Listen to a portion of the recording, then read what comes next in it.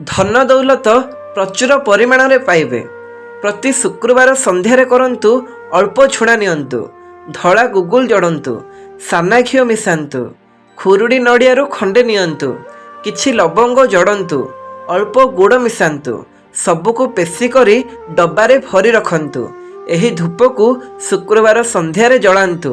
एहार फलरे घरे महालक्ष्मी कृपा होई धन समृद्धि बढ़ी थाए। एहा कर घरे सबुठी टंका थिबो। सकाळ 6टा पूर्वर उठी जाआंतु। सकाळ 8टा पूर्वर गाधई नियंतु। स्वामी एवं स्त्री परस्पर सहित झगड़ा करने उचित नुहे। रसोई घर किंबा घरे मैला बासन रखंतु नाही। सबुबेले आपणको घर को सफा रखंतु। पूजा पाई आपणको घरे एक स्थान बाछंतु। सकाळे उठिबा मात्रे आपणको पिला को कांदिबाकू दियंतु नाही।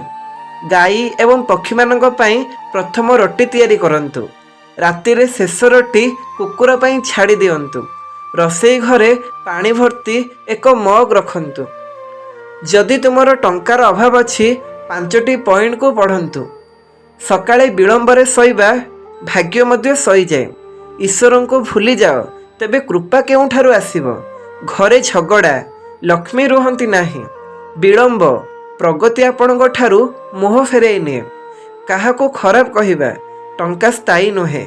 जदि तुमर काम भल तेबे भाग्य तुम पाई पथ प्रस्तुत करिबो। टंका काहींकी आम पाखरे रहुनी।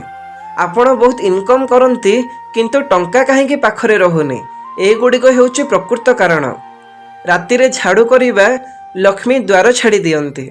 छिंडा पर्स रखिबा लक्ष्मी स्थिर हुअंती नाही।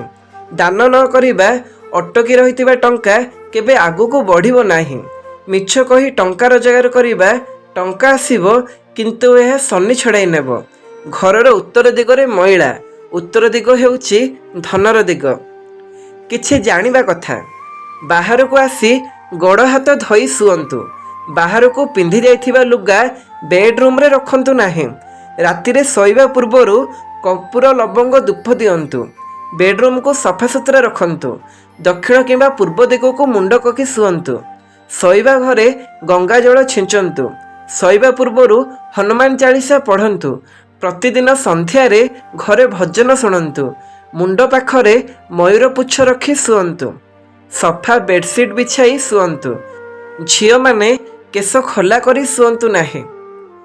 गुड़ पानी 7 दिन पीबार लाभ। पिंपल दाग कमी पारे। पेट जंत्रणा बा पीरियड क्राम रे साहाय्य करे।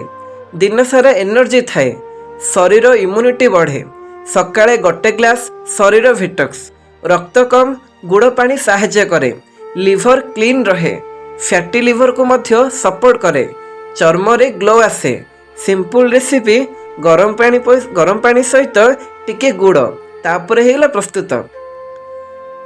किडनी पत्थर हेबार साधारण कारण गुड़िक बहुत कम पानी पीबा, अत्यधिक परिमाण रे उच्च प्रोटीन खाद्य खाइबा, चीनी एवं लुणर परिमाण वृद्धि करिबा, ऑक्सलेट अधिक थिबा खाद्य खाइबा, यूटीआई मूत्रनली संकर्पण, अधिक मोटापा बा डायबिटीज।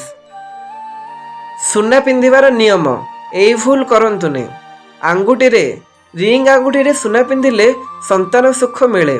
मझी आंगुठी रे सुना पिंधिले धन और मानसिक शक्ति बढ़े।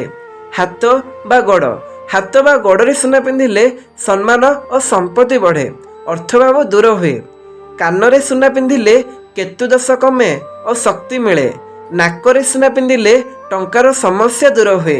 गला रे सुना पिंधिले दाम्पत्य जीवन रे प्रेम और सुख बढ़े।